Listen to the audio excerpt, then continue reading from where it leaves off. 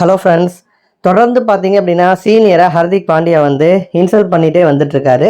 பாண்டியாவை பற்றி அவர்கிட்ட இருக்கக்கூடிய நெருங்கிய நண்பர்களான கேஎல் ராகுல், அதே மாதிரி வந்து சூரியகுமார் யாதவ் இவங்ககிட்டலாம் வந்து கேட்கும் பொழுது கொஞ்சம் ஆட்டிடியூட் காட்டுவார் அப்படிங்கிற மாதிரி தான் அவங்களுமே வந்து இன்டர்வியூக்களெல்லாம் வந்து சொல்லியிருக்காங்க.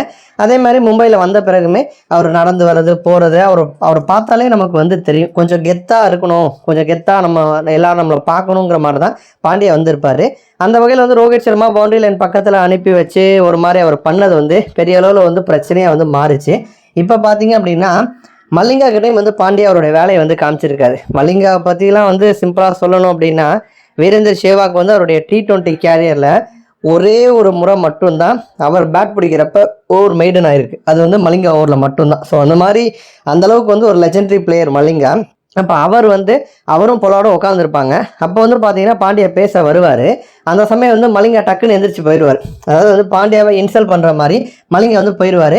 பாண்டியா ஒரு வேலை தோத்ததுனால மலிங்கா அந்த மாதிரி கோவத்தில் வந்து போறாரு போல அப்படிங்கிற மாதிரி தான் வந்து எல்லாருமே நினச்சாங்க. பட் இப்போ பார்த்தீங்க அப்படின்னா சோசியல் மீடியாவில் ஒரு வீடியோ வந்து வைரலாகி வந்துட்டு இருக்கு. அதில் வந்து மேட்ச் முடிஞ்ச பிறகு சன்ரைசர்ஸ் ஹைதராபாத் அணிக்கு எதிரான போட்டியில் மும்பை வந்து தோத்த பிறகு ஹேண்ட் ஷேக் வந்து பண்ணியிருப்பாங்க.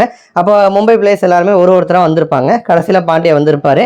அப்போ அவர்கிட்ட வந்து ஹேண்ட் ஷேக் பண்ணுறதுக்காக மலிங்கா வந்து போயிருப்பாரு.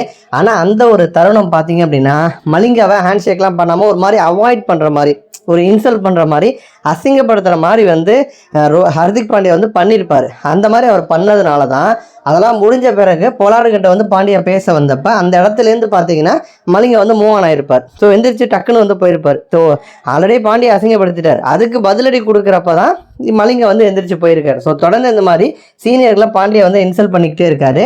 நன்றி.